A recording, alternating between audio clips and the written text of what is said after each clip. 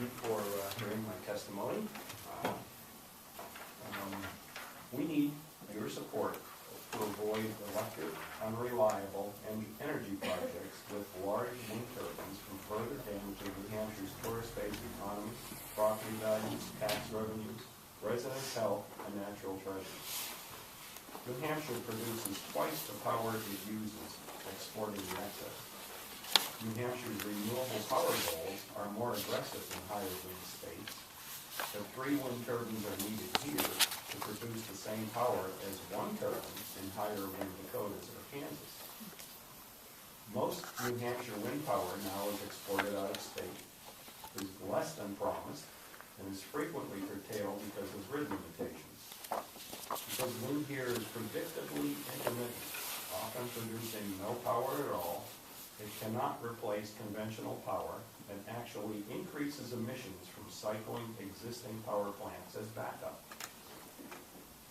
As homeowners for the past 29 years in Bridgewater, on clear, clean Newfound Lake, we plan to rebuild our cottage for retirement when we learned of a proposed industrial wind project on the mountaintops just west of the lake near Wellington State Park, Mount Cardigan, and Cardigan Mountain State Forest.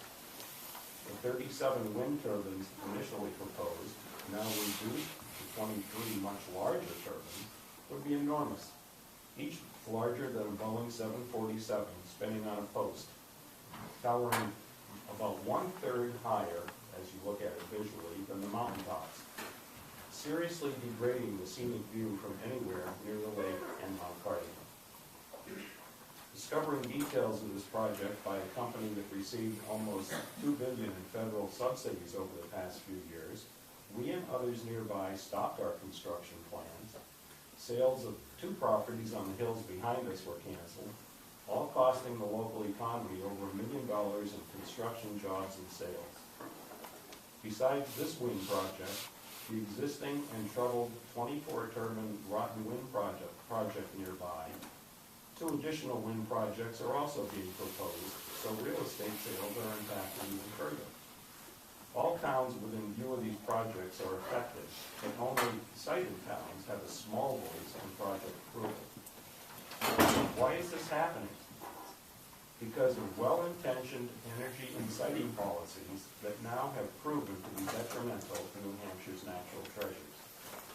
Heavily subsidized by our federal and state governments from our taxes, power rates, and borrowing from future generations, these projects are increasing on mountaintops of New England despite their high cost and damage to carbon-absorbing mountaintop forests, residents' health, and wildlife.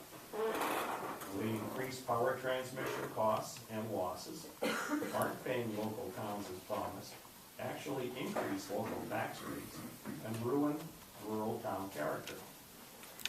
Despite all this, the SEC responsible for wind project approval has rejected only one, in Antrim.